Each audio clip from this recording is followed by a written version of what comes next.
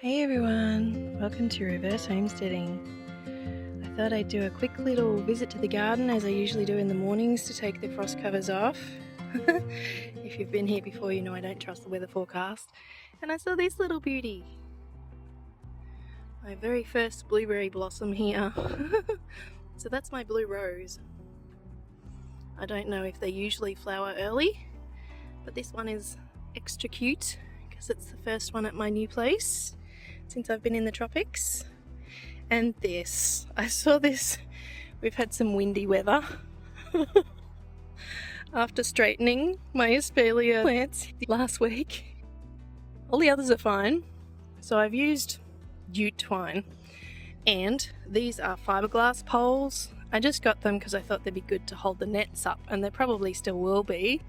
Oh, little tip from my friend in Queensland, she used to put small pots on top and it doesn't push through the net as much.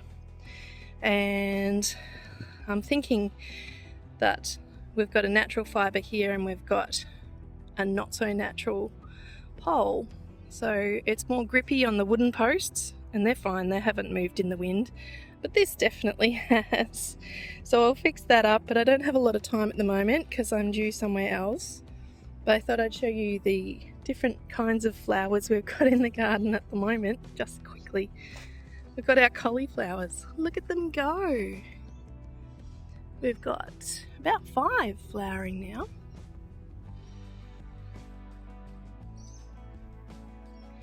I was thinking of making some cauliflower soup the other day, but they're not quite there just yet. Oh, slug. I hate slugs. Ugh, he's gone. Yes, don't want them to get my cabbages before I do. Wonder if that's a bit of frost damage there. Anyway, things are coming along, which is great. That's my first snowball cauliflower to flower. It's starting to get a bit wider in the flower, so I'm thinking I'll have to pick that. I was thinking of not actually taking the plant out, but just chop that head off, letting the florets grow in other places as well, to see if I can get some more little cauliflower florets out of the same plant. I thought I'd show you this little garden bed where I keep my frost cover on. It's pretty dry. That's cow manure there.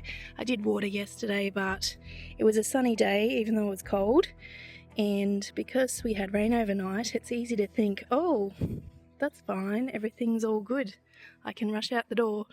But I have often been late because I had to water something.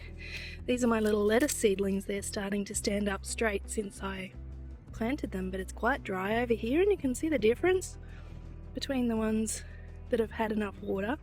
Perhaps the rain came in here a little bit, or the soil may be a little bit different. So I will give these little squirt in this garden bed where I have my frost covers before I go out.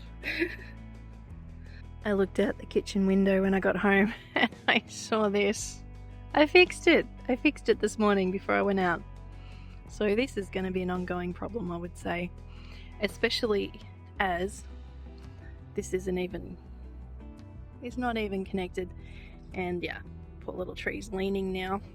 So I had a little bit of a fix that I thought would work short term because I don't have any more of the wooden stakes, and that's why they had the fiberglass poles in the first place. But I'll show you what I thought of.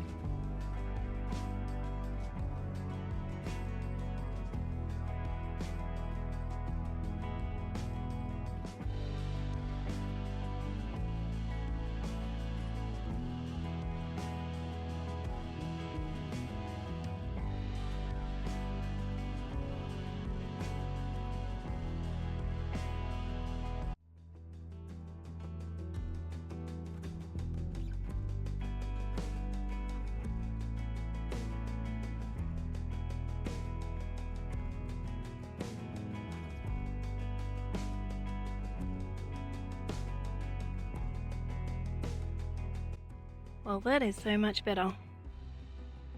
So as you probably saw, I had my stretchy little rubber bands coming to the rescue. I knew I needed something that would grip, and so far so good. So I just reused the tie.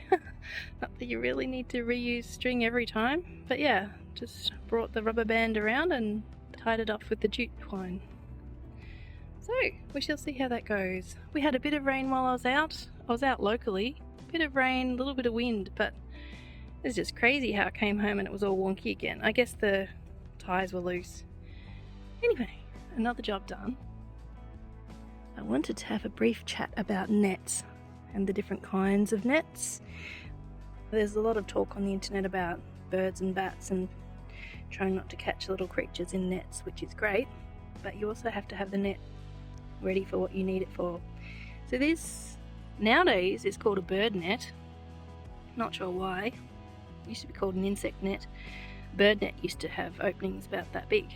So this has been just fine. Hasn't officially kept the frost off things, but I've only had a couple of things get slightly frosted under here, but they were winter vegetables, so that's about normal. And it keeps the cabbage butterfly off my brassicas. So this one is what the shops are now calling an insect-proof net. So I don't know if they're aiming for fruit fly. Here in Victoria we're only just starting to get issues with fruit fly. It used to be just in the tropics or up in Queensland. I'm guessing they came down in a truck or somewhere. And it's quite a close weave net. It's more of a square design. I have had netting in the past that has thicker rows and then very thin spidery zigzags in between, and the rows are about that far apart. I gave them all away when I left Queensland and moved back here, but that one they are now calling an insect or crop net, and it would only be for big insects.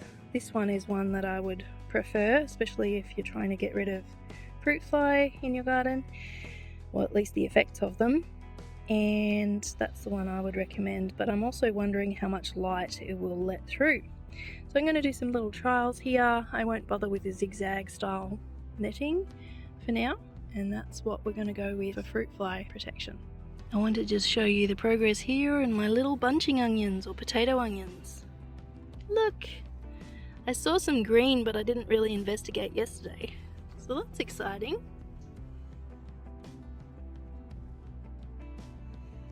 They're doing their thing.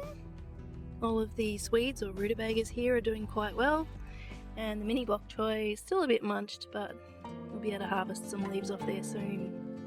Hope you're having fun in your garden. Thanks for watching. We'll see you next time.